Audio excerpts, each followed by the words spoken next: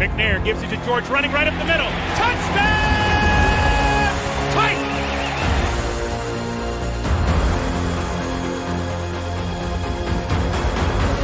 There are no flags on the field! It's a miracle! The safety, now you're one-on-one with it. Shows why he's the man! In trouble. Sack!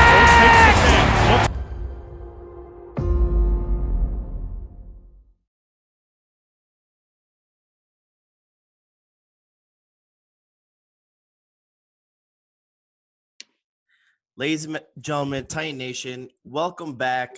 How's everyone doing? Today, we're going to do a short video. Obviously, I have Kayla Anderson with me again as we break down what happened with the loss to the New York Jets. How you doing, Kayla? How's everything?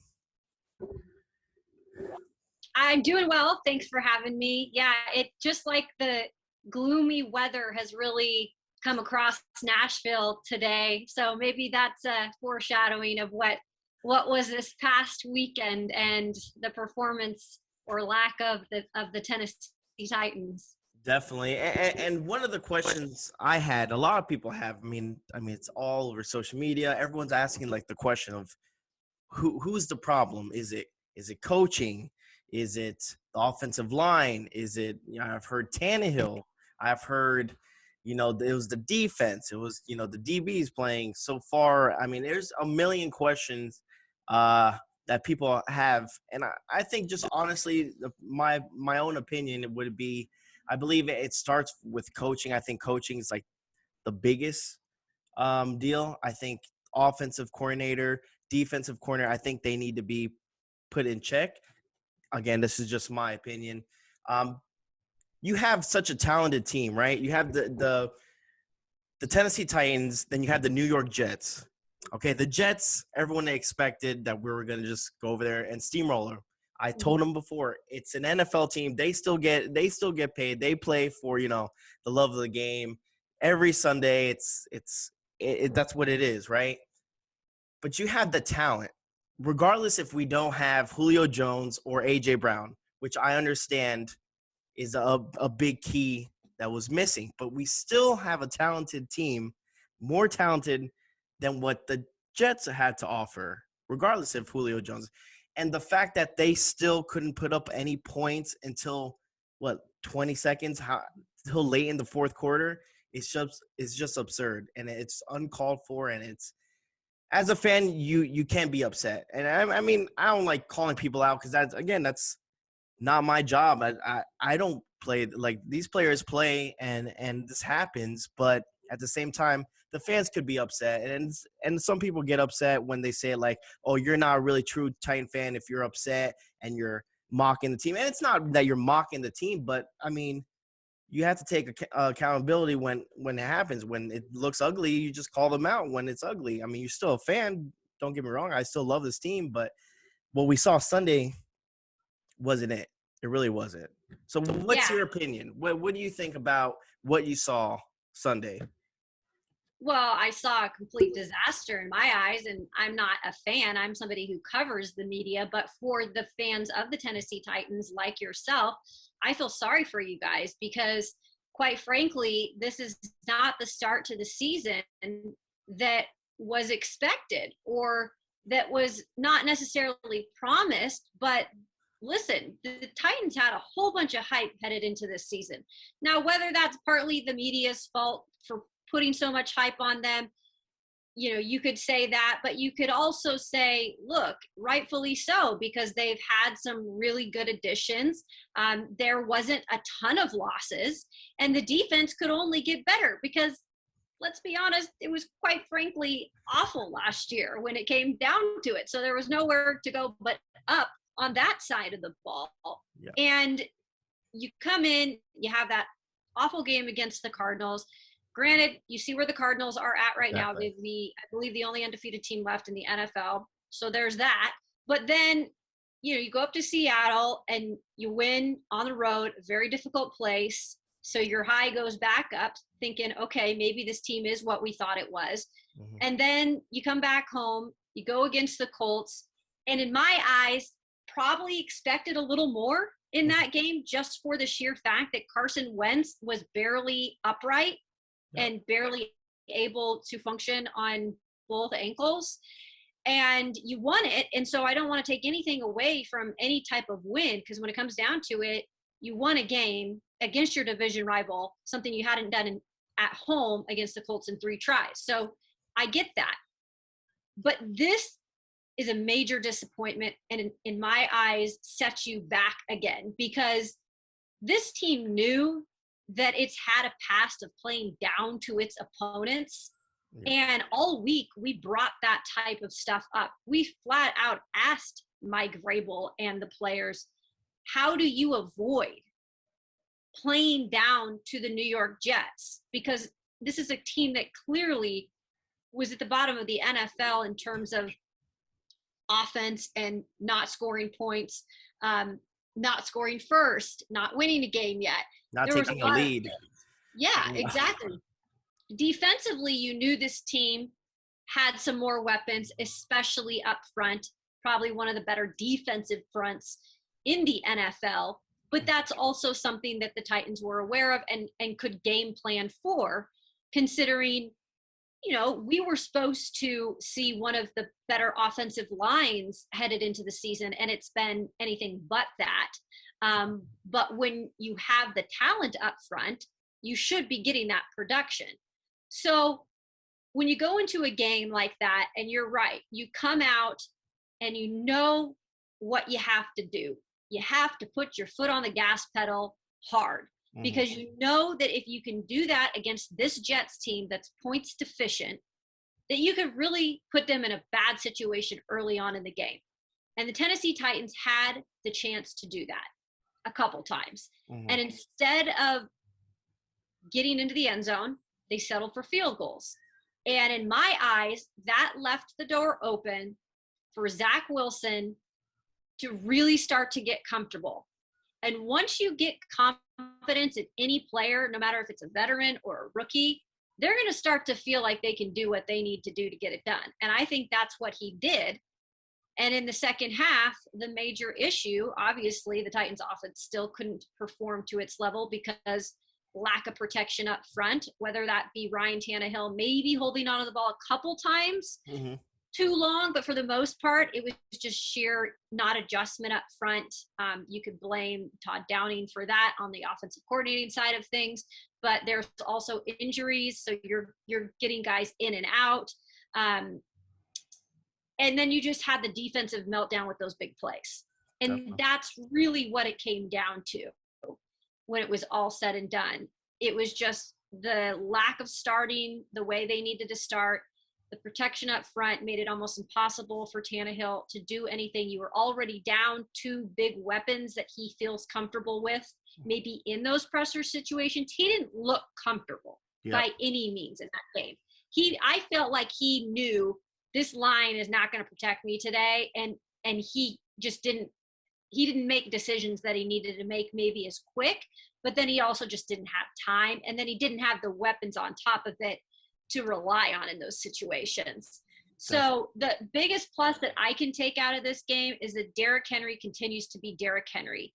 And thank goodness that the Titans have Derrick Henry, because he has been the only consistent part of this team 4 games into the season so far. If that doesn't get cleaned up, I just really worry about this team, especially after this Jags game. There is a gauntlet of games coming up, and that is when they're going to be required to absolutely play their best football. And right now, I just don't know if I can confidently say they have that in them at this point. Yeah, definitely. I mean, again, like we were talking about, I mean, he had 17, I think he had 24 sacks in general last year. And I think he's already up to 17 in 4 games. That's, I mean, and there was no in-game adjustments. I mean, the Jets kept on blitzing on 3rd down, and it's like the Tennessee Titans, like you knew it was like, I'm not a defensive coordinator, but I knew it was coming, and there was some. We all did. There was no change. It was like, it was really frustrating again. And I never really get upset. I used to get upset a long time ago, like 2013. I remember I would turn off the TV. I would delete my ESPN app. I didn't want, and I almost had that little meltdown. Almost like it felt like I was just so frustrated because I know this team can perform better. It's the Jets. I had random people texting me. I had my uncle who's a Cowboys fan, like, "Oh, what happened with the Jets?" And it was frustrating. It was just really frustrating, and just the fact that the offensive line can't get it together. The Yeah. defense, it seemed like it was somewhat good. We started off nice. We had a Right. 3-and-out, and we're like, okay. And then the offense missing opportunities 3 times in the red zones, 3 field goals. It's just, again, Derrick Henry on, I think it was 3rd and 1, being outside, like he was on the sideline. That's another thing people were questioning. Like, why is he, like, even if you can use him as a decoy, like, why not use Yeah. him? I mean, obviously he's a big presence. Like, it comes down to, I believe it's just the play calling on both sides of the ball. And I think that's the biggest question going into next game where we play a division game, which it doesn't matter if they're 0-4. It really doesn't. Right. At this point, those comfortable leads that you think were good, like, okay, we play, the gimme wins like the Jets, the Jags twice a year. Now you're like, and especially like you said, the Yep. slate of games we have the Bills, we have the Chiefs, we have the Saints, which you think now they're like, okay, now this is going to be a tough stretch and it's going to be rough. Yeah, I mean, that's the thing. You have to take advantage of the schedule that you have in any year.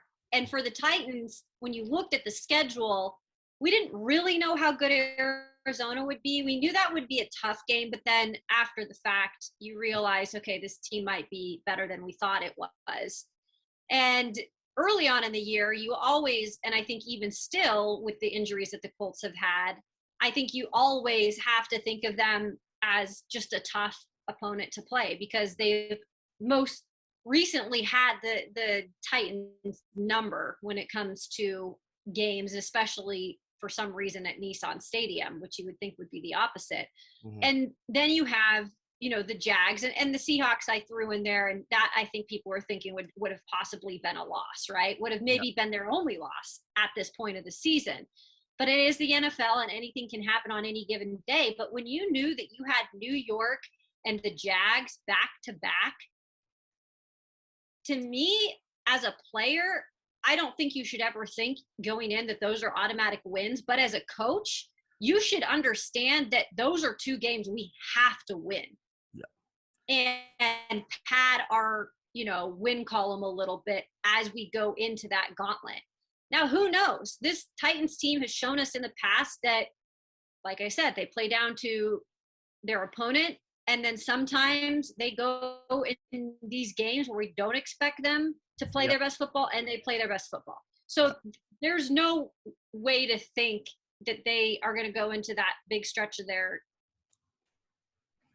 schedule and lose every game. I don't think that's the case at all. Absolutely. It's just that now you feel a little bit more uncomfortable just with the inconsistency that you've seen. And let's not deny the fact that there are injuries all over that team, and it's only 4 games into the season. I don't care what anyone says, and I don't care what Mike Vrabel says. Like, that's an issue. And I know that it's next man up mentality for him, but next man up mentality, that's not your starters. Like, those are guys that aren't your everyday starters. Can they go in and hopefully perform in a couple of games? Sure. But when you have the amount of injuries you have at this point, if we don't start to see them getting healthy, that's worrisome as well. Definitely. And like we talked about before, I know when I had you on before, you were questioning the tight end situation. Again, I'm still not sold on the tight end. And now we're looking at, right before was, hey, the wide receiver core, everyone thought we're like, hey, we're good. I remember hearing a lot of people say, hey, we're good. We are really good in depth. We're good. Mm-hmm. Kind of showed yesterday, like, I don't know. After Julio Jones and A.J. Brown, what is there? There's flashes of Josh Reynolds if he can stay healthy. Other than that, right. Yeah, I mean, in that situation, I still think there are talented wide receivers. Now, are those receivers that would be starters on other teams? No, not when you're going beyond AJ, Julio. And I can't put Josh Reynolds up there yet because that was the first time we've really seen him in a full game. And I think that he did do some really good things. Now he had a drop that was not good, but he also had a couple big first downs. And that was important. And so I think that if Josh Reynolds can stay healthy, I think that he could be put up there just in terms of a starting role at times, or just times that you could put him in on certain situations. But I think what people don't realize, and why I harped the tight end position this coming into this year, is because that was a big part of the Titans offense last year. Whether it be Jonnu Smith before Taylor Lewan got hurt and he was, then blocking and didn't have as much production, but whether it was Jonnu Smith or Anthony Ferkser, that was clearly a lot more reliable than we saw him in this first game, that we saw him back and healthy, and that could bet a little bit of rust on his part. I just don't think that it helps at all, and you can't utilize them as much in terms of go-to guys, and especially go-to guys in the red zone, because that was such a big part of the offense last year, was their success in the red zone, and a lot of that you had to pay tribute to Jonnu Smith and give him credit because he got in the red zone a lot. There's not as many things that they can do in terms of utilizing the tight end this year. And I did like what they did with Jeremy McNichols and using him on the slant, and he showed to have success in certain situations. So that's good that they found a guy that they can kind of rely on.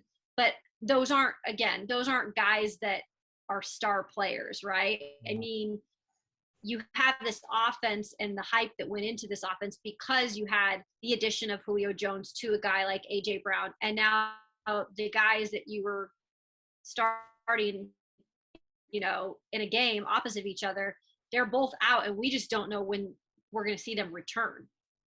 Definitely. And that was the biggest question, like everyone was saying, was just, how healthy is this team? Is it the veteran leadership? Is that what's missing? Is that what's missing on the defense? The play calling? And it's been kind of a mess. It's only 4 games into a 17-game season. The relying on Derrick Henry is another big concern I had. Just how much he's already touched the ball. Mm-hmm. I mean, I understand he gets better and he's not too worried about it, but you got to worry about it, because if we do end up getting into the playoffs, which we should, I think we should win the division regardless, how much more touches is Derrick Henry going to have? How much more are we going to rely on Derrick Henry? And is he going to be healthy and ready for that challenge? Because we relied on him a ton. And he is the team. He really is the team. Yeah, and I don't think that if you ask Derrick Henry, what do you think about the amount of carries that you've had? I mean, he told us last week the workload thing, that's not a thing to him. And I get it, because that's Derrick Henry for you. He's never going to complain about anything. And he's the ultimate professional. And that goes beyond what he does on the football field. That goes into what he does to prepare himself every week and the way he takes care of his body. And he takes maybe one day off during the week for practice for rest purposes, which there's guys that take way more days than that. Mm-hmm. And so for Derrick Henry, you can't, tell him to give you an answer like, how do you feel? Because he's going to say, I feel great, put me out there every single time. But let's be realistic. No matter what his size and how reliable he is, it is a fact that the more you give a guy things to do and the more you rely on him in every single game, which has pretty much been what they've done so far, he is going to get tired. And whether that be he's ready, he could still be fine and not injured by the time playoffs come around if they get to that point. But he will be, I think, more tired, just more worn down. Yep. It doesn't mean he has to be injured to not be, it doesn't mean he's going to get injured and that's not what I'm really worried about. I'm just worried about his pure, like, being able to just go out there and be the best, right? To be at that level of energy and just physically able to perform that way in the playoffs. Yeah, because that's a long way down the road. And we've already seen, like you said, the amount of carries that he's had so far this season. And plus he's been integrated in the pass game a lot more too. So you just have to think, at what point do you have to look at the other guys around that locker room and for their sake be like, we need to help Derrick Henry out. We need to get ourselves like going. Like, we can't just rely on Derrick in every game. Definitely. Yeah, that's something, like I said, I'm worried about. And also, like, the pass protection. He's doing a lot more pass protection, it's another extra couple hits that he's taken. So, yeah, we'll see what happens again with the Jags. And I want to say thank you so much for coming on. I do appreciate it. And we'll definitely have my Adam Scheffner come back on and hope to see you more times in the season to talk Titans football. No, I appreciate it. And like you said, hopefully they can have a good week of practice, get the minds right, get some bodies back in there. And I think to not only go down there and beat a Jags team that is clearly deflated for other reasons, because I don't believe that they have any faith in their head coach and Urban Meyer.